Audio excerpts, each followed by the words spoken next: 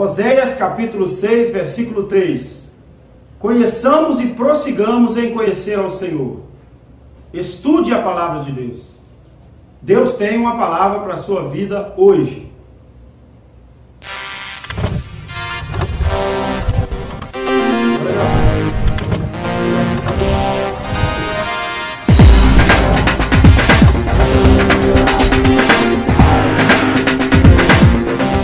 Os moabitas com os filisteus, com os assírios, com os babilônicos, da mesma forma como Deus estava tratando com a tribo de Judá, ele trataria então com os outros povos ali.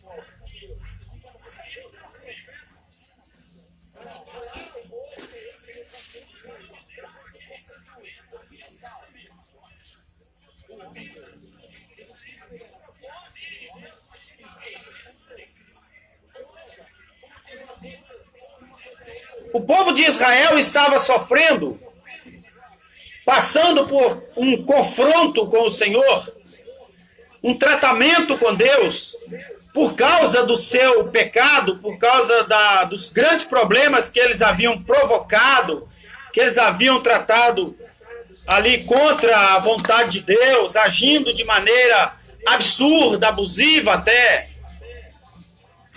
E agora Deus estava falando ao profeta que da mesma forma como ele estava tratando com o povo de Judá, ficasse tranquilo, porque ele iria tratar também com os outros povos que estavam atormentando a tribo de Judá. E a palavra do Senhor é de salvação para todo o remanescente de Judá.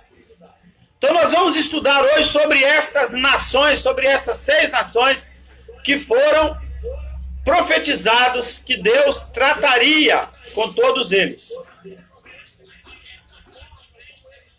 Vejamos o que está escrito então em Sofonias, no capítulo 2.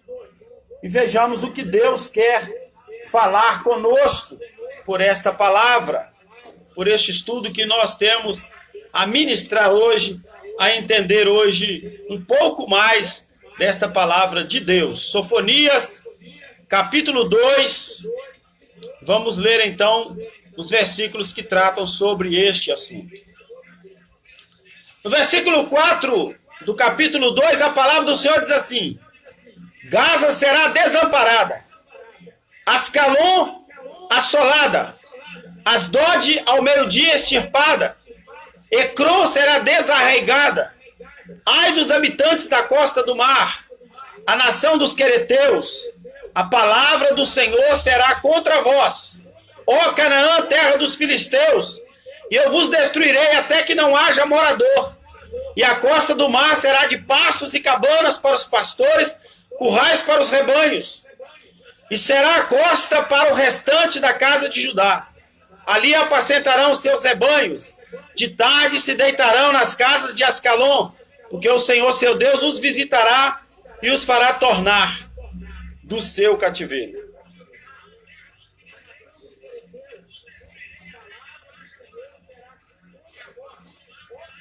Então, amados, o texto está nos mostrando que o propósito de Deus agora era tratar com as nações inimigas, com os adversários de Judá, com aqueles que estavam tentando contra o povo de Deus.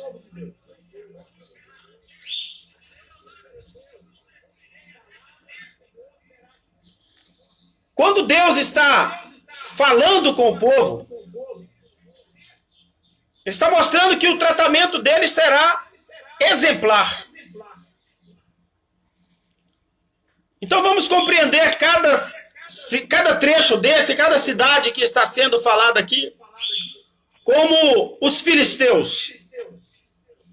A Filístia, terra dos filisteus, em hebraico, Plechet, refere-se à terra dos 5 senhores dos filisteus, descrita em Josué 13:3 e Samuel 6:17, compreendendo os vales de Ascalon, Asdod, Ecrom, Gate e Gaza, no sudoeste de Israel. Refere-se àquele que é natural da Filisteia, que hoje são considerados ali da região da Palestina. No sentido figurado, hoje, filisteu foi associado à pessoa de gostos vulgares, sem interesse pelas artes, bronco. Então, filisteus hoje tornou-se sinônimo de uma pessoa de gostos vulgares, sem interesses. Deus também promete fazer um tratamento contra o povo moabita. Moabe significa de seu pai, em hebraico. Ele era o ancestral dos moabitas, um povo que vivia na região chamada Moabe, a leste de Israel. Moabe é também nome histórico de uma faixa de terra montanhosa, onde hoje, atualmente, é a Jordânia, ao longo da margem oriental do Mar Morto. O povo moabita era um povo que servia a cerca de 1.500 deuses, idólatra por natureza. E falando de Moabe, a gente lembra da história de Ruth, de Orfa e Noemi. Ruth e Orfa eram noras de Noemi, e depois que as três ficaram viúvas, ali Noemi fez uma proposta que elas então retornassem para o seu povo, porque ela não tinha mais como ter filhos para que elas pudessem se casar novamente e gerar descendentes. E então, encontramos ali quando Ruth decidiu seguir o povo de Noemi e servir a Deus, e porém Orfa voltou para os moabitas. Então, Moabe hoje compreende a região da Jordânia e Filisteia compreende a região da Palestina. Vimos também Deus falar sobre o tratamento contra Amon. Amon significa o oculto, o escondido.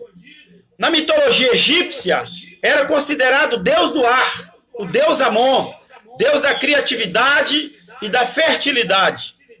Com o passar dos anos, seus atributos foram relacionados com o deus Sol, deus Ra, que os egípcios adoravam, se transformando no deus solar e depois tratado como supremo Amon-Ra, adorado pelos egípcios, cultuado por Faraó e pelos seus seguidores. Então, Amonita era o povo que descendia de Amon, que significa o escondido. Deus também fala sobre o tratamento contra a Etiópia. Etiópia, em aramaico, tem quase a mesma escrita do que nós usamos hoje. Mudando apenas algumas letras, porque no aramaico e no hebraico não encontramos a letra ou a vogal I, e então muitas vezes é usado o Y no lugar dessas letras.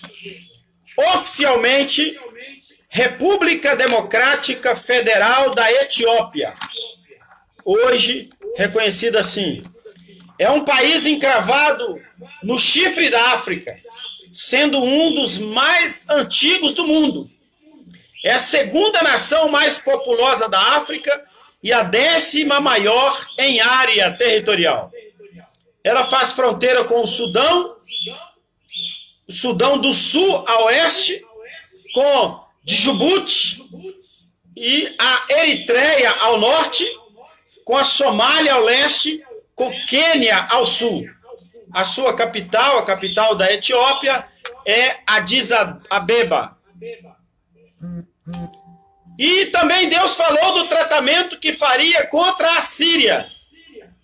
A Síria foi um reino acádio semita, centrado na região do Alto Rio Tigre, no norte da Mesopotâmia, que compreende atualmente ao norte do Iraque. O seu nome vem de sua capital original, a antiga cidade de Assur.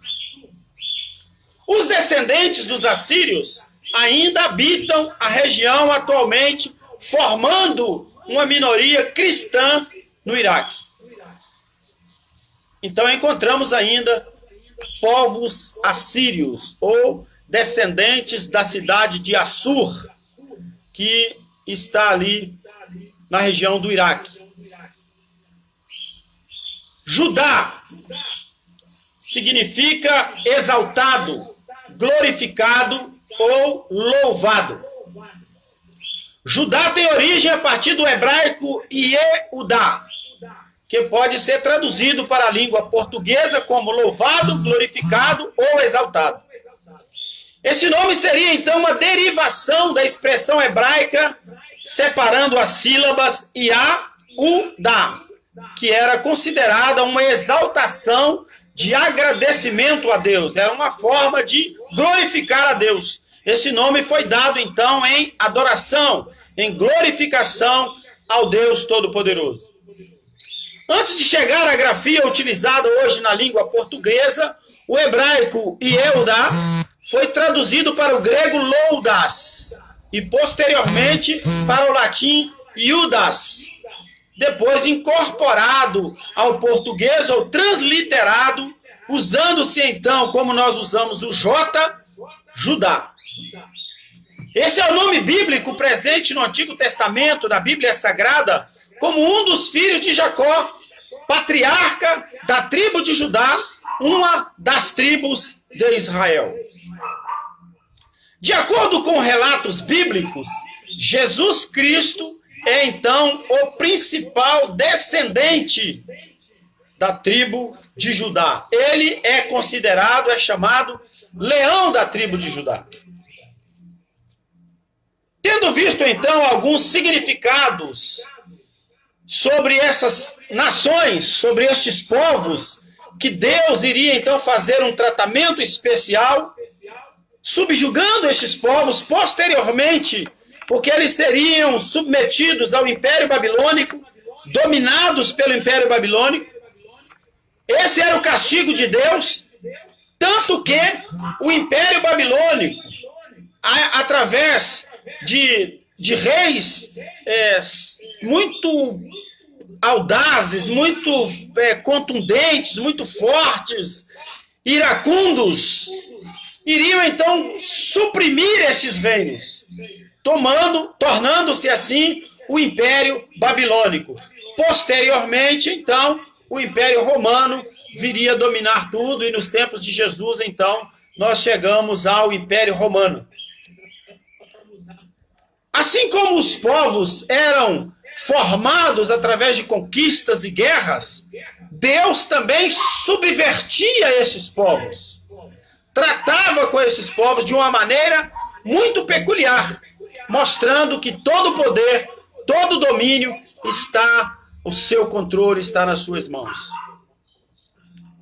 Pois bem, os filisteus haviam atormentado Israel desde o tempo de Sansão, conforme está escrito em Juízes 13, 1 e 15, 20. O ai que introduz o texto, dizendo ai destas nações, para todas as nações ali um ai, então temos 6 ais, porque também compreendemos, além das 5 nações que citamos aqui, politeístas, Deus iria tratar com a nação de Judá, com o povo de Israel. É a mesma palavra de maldição pronunciada posteriormente sobre Jerusalém, no capítulo 3, versículo 1. É uma forma literária usada para introduzir uma terrível ameaça. A cidade de Ai, alguns falavam Ai, também era uma cidade que foi destruída por Deus, pelo povo de Deus, por causa do pecado. Então esse termo Ai ficou associado à destruição, a sofrimento, a juízo de Deus. Os filisteus então seriam completamente aniquilados. Suas terras passariam a pertencer aos restantes da casa de Judá, os remanescentes da tribo de Judá, aqueles que venceriam o cativeiro, que venceriam a assolação cometida pelos seus inimigos. E os judeus que sobrevivessem ao julgamento, ao juízo, tanto do tratamento de Deus quanto dos seus opressores, essas terras então passariam a pertencer ao que a Bíblia chama de remanescentes da casa de Judá, ou seja, os vencedores. Os judeus que sobrevivessem ao julgamento e voltassem para a terra, possuiriam então a terra dos filisteus, a Filístia. Outras referências ao remanescente em Sofonias podem ser encontradas no capítulo 2, versículos 9, e no capítulo 3, versículos 9 a 13. Os fracassos daqueles que retornaram do exílio causou então um atraso no cumprimento desta promessa. Ela não começou a ser cumprida até a primeira vinda de Cristo. A promessa de Deus de abençoar o povo de Judá com os remanescentes, herdando aquilo que pertencia aos filisteus, começou a ser cumprida no dia da vinda de Cristo, no dia do nascimento do Salvador, conforme está escrito em Efésios 1, 19 a 23. E ela não será cumprida totalmente até o dia em que o Senhor Jesus Cristo concederá domínio total ao seu povo na nova terra. Vejamos então o que nos diz a palavra do Senhor, para que nós possamos conferir o nosso estudo e compreender o que é que Deus tem a nos falar por esta palavra. Efésios 1, 19 até o versículo 23. Diz assim: e qual a sobreexcelente grandeza do seu poder sobre nós que cremos, segundo a operação da força do seu poder, que manifestou em Cristo, ressuscitando-o dentre os mortos e pondo-o à direita nos céus, acima de todo principado e poder e potestade e domínio e todo nome que se nomeia, não só neste século, mas também no vindouro, e sujeitou todas as nações a seus pés, e sobre todas as coisas o constituiu como cabeça da igreja, que é o seu corpo, a plenitude daquele que cumpre tudo em todos. Então encontramos aqui o apóstolo Paulo trazendo aos Efésios uma revelação preciosa do cumprimento da palavra de Deus, de abençoar os remanescentes da tribo de Judá através do leão da tribo de Judá, Jesus Cristo, dando-lhes poder sobre a terra dos filisteus. Então encontramos ali o controle de Deus sobre o povo, sobre todos aqueles agora ali, possuindo a região de Gaza, o sudoeste ali do levante de Israel. Amados, aprendemos com isso que ainda que o tempo passe demoroso, lento, calmo, Deus jamais deixará de cumprir a sua palavra. E ele prometeu vitória para os remanescentes de Judá e cumpriu ali, dando a Jesus um nome que está acima de todos os nomes. Aquele que antes era proclamado e aclamado entre o povo como Deus de Abraão, Deus de Isaac e Deus de Jacó, que depois passou a ser representado por Judá, uma das tribos, do nome de um dos filhos de Jacó. Então agora Jesus tornou-se Senhor dos senhores, como o principal herdeiro da tribo de Judá e o maior nome que está acima de todos os nomes, quando a Bíblia diz que no dia do juízo todo joelho se dobrará e toda língua confessará que Ele é o Senhor. Isso haveria de acontecer porque Deus os visitaria e os faria retornar do cativeiro. Ou atentaria para eles e lhes daria uma mudança de sorte, uma direção nova, um caminho novo. E esta frase, amplamente empregada, refere-se à futura salvação de Israel, além do julgamento. Deuteronômio, capítulo 30, versículo 3, vai também nos falar sobre esta passagem maravilhosa de mais uma promessa do Todo-Poderoso a nós. Toda a promessa de Deus, amados, ela está relacionada ao arrependimento, à conversão, a voltar-se para Deus, a se humilhar, a tornar-se para o Senhor. E este capítulo de Sofonias, ele é uma declaração expressa do desejo do profeta e do desejo de Deus de fazer-nos voltar para Ele, independente de qualquer circunstância.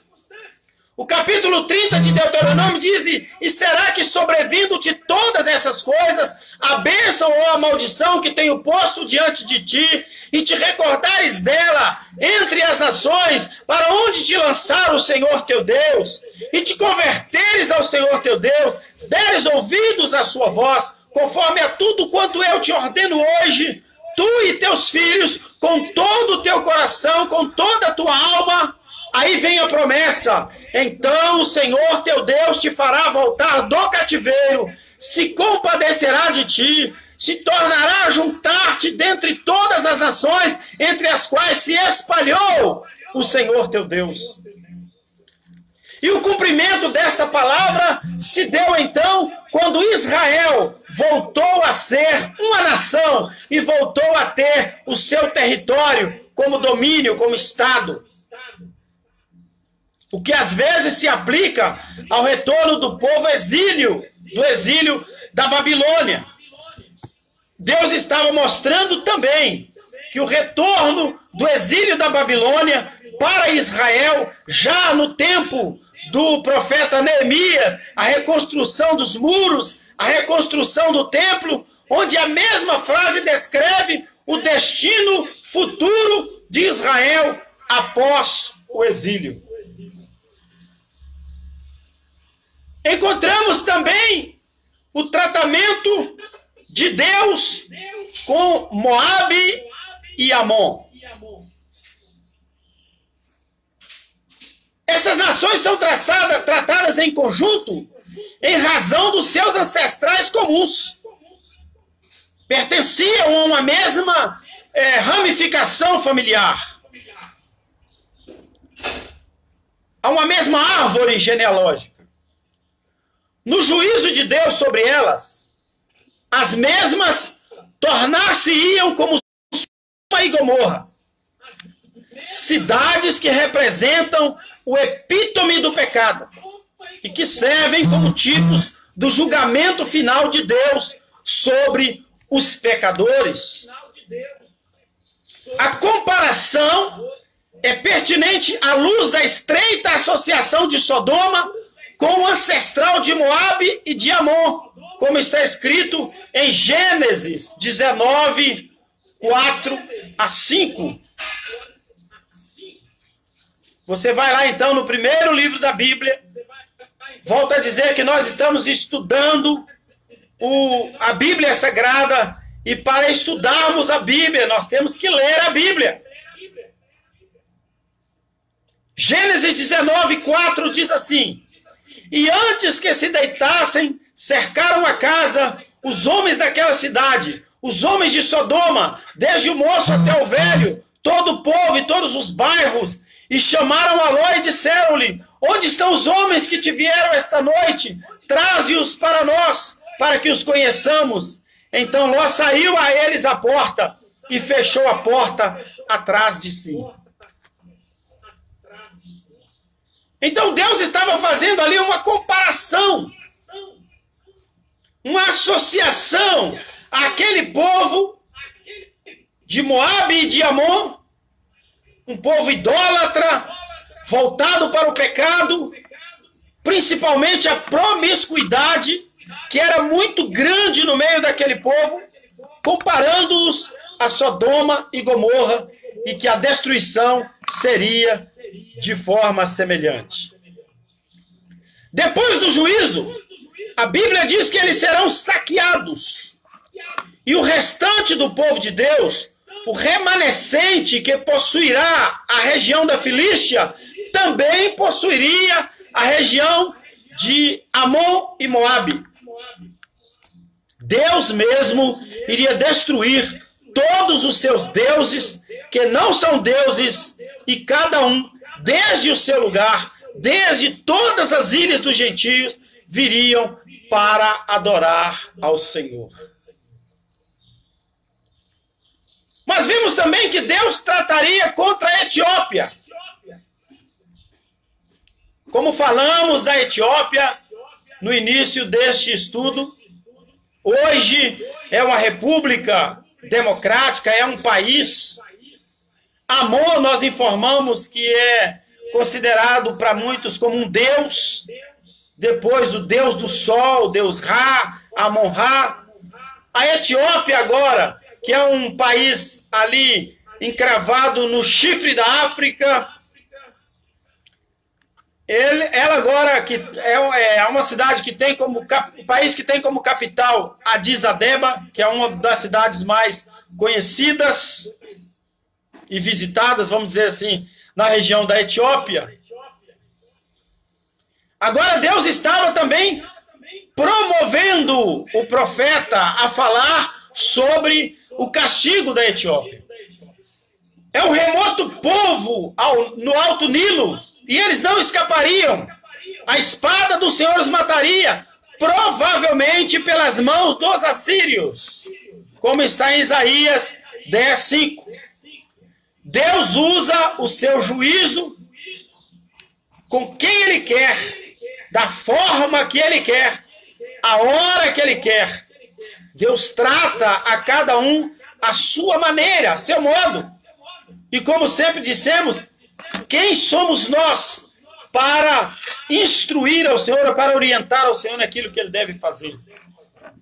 Isaías 10:5 fala sobre o castigo da Síria, dizendo: ai da Síria, a vara da minha ira, porque a minha indignação é como bordão nas suas mãos.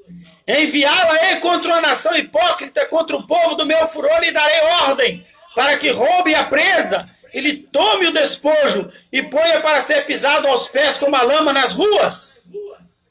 Então Deus usou a Síria para assolar o povo de Judá, e agora iria então permitir que os babilônicos destruíssem a Síria e possuíssem também todos os seus despojos. Os assírios então conquistaram o reino do norte no ano 722 a.C. e afligiram Judá, que pertencia ao reino do sul.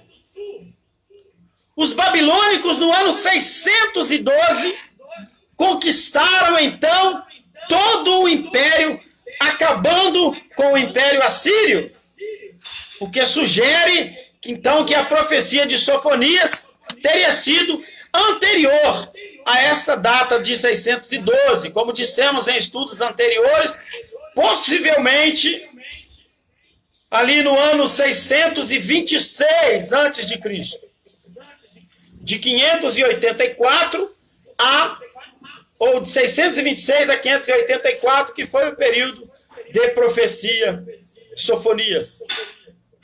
No ano 612 foi o ano em que o Império Babilônico conquistou Nínive, que era a capital do Império Assírio. Eles eram tão arrogantes que ousavam dizer que eram os únicos, que além deles não haveria outro semelhante. E essa arrogância, numa linguagem semelhante àquela usada apenas pelo Senhor Deus soberano. Usar o termo de soberania e de altivez era uma forma que os povos tinham para tentar impor ainda mais sobre os povos, como quem estivesse amedrontando, como se estivesse dizendo: contra mim vocês não têm poder algum, eu sou aquele que manda, aquele que governa, aquele que tem autoridade, e agora vocês vão fazer isso ou aquilo, e determinavam o que é que o povo teria que fazer, e eles tinham que obedecer. Encontramos então, amados, aqui, que Deus estava tratando com o povo de uma maneira muito forte e muito contundente. E a Bíblia, agora falando sobre estes povos que seriam assolados, ela coloca que ia tratar também com o povo de Judá. Mas ela iria tratar com o povo de Judá posteriormente, levando-os a conhecer o verdadeiro poder de Deus. Com relação ao tratamento de Deus com a tribo de Judá, nós vemos a assolação do Império Babilônico.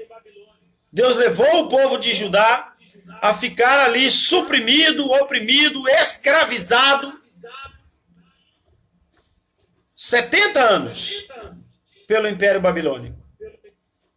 E ali então o povo de Judá pôde sentir a forte mão de Deus sobre a vida deles e levando-os a entender que ali era um momento de tratamento de Deus.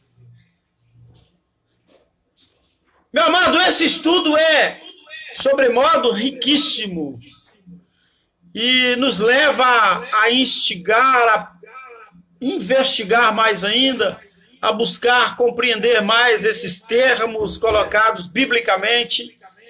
E nós estamos estudando com você para que nós possamos juntos aprender o que nos diz a palavra do Senhor.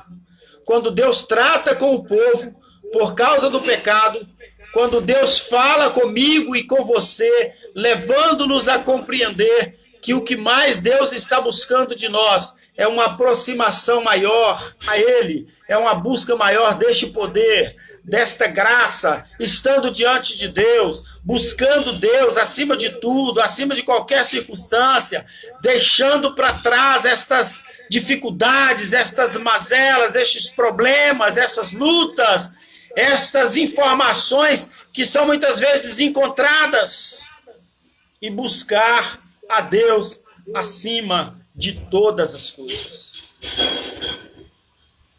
O livro de Sofonias, então, está dizendo que o restante daquele povo assírio, quando Deus traz de volta o povo de Israel, a tribo de Judá, ele começa, então, a abençoar o povo de Judá com todos aqueles remanescentes que venceram o cativeiro babilônico, que venceram as dificuldades do Império Assírio, ali dos caldeus, as afrontas dos filisteus contra o povo de Israel, as afrontas dos moabitas, dos amonitas e de todos aqueles povos, e agora os vencedores passaram a herdar os despojos que Deus havia prometido a eles.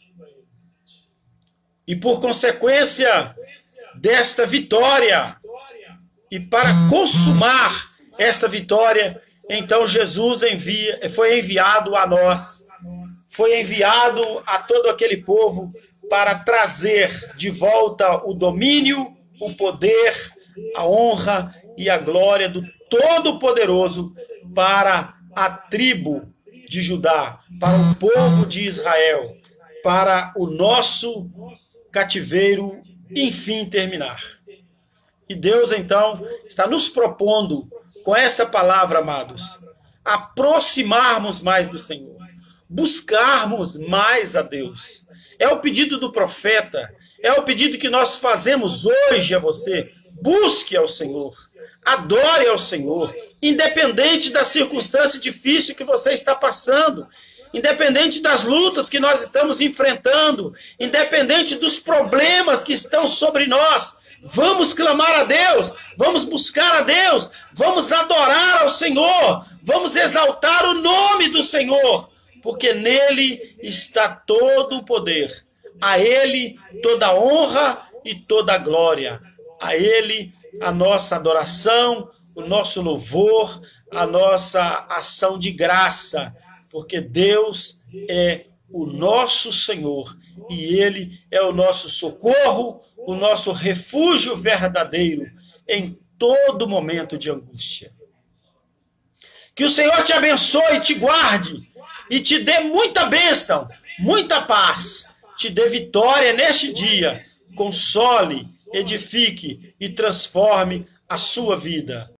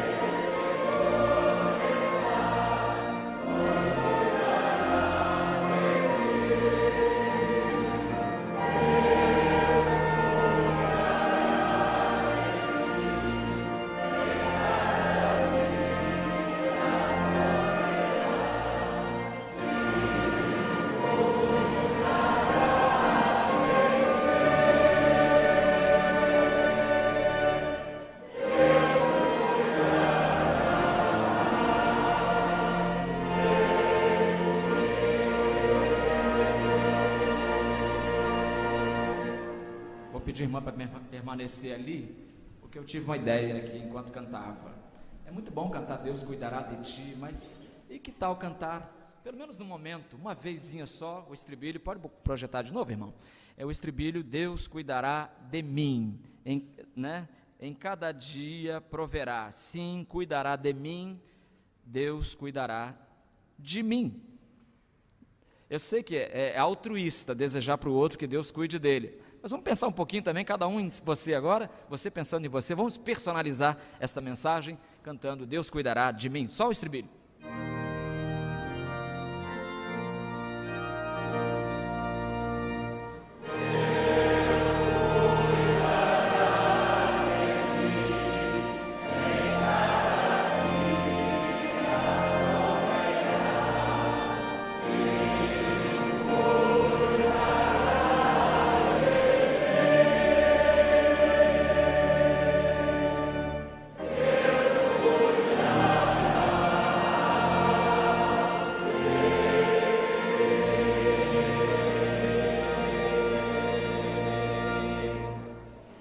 E eu vi muito irmão botando a mão no peito.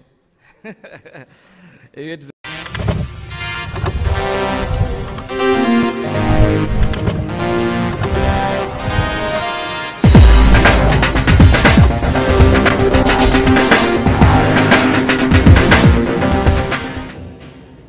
Cresçamos no conhecimento de Deus, buscando conhecimento a cada dia, estudando a palavra de Deus. Dentro de instantes, nossa live para você. Participe, compartilhe. Deus tem uma palavra para alimentar a sua vida.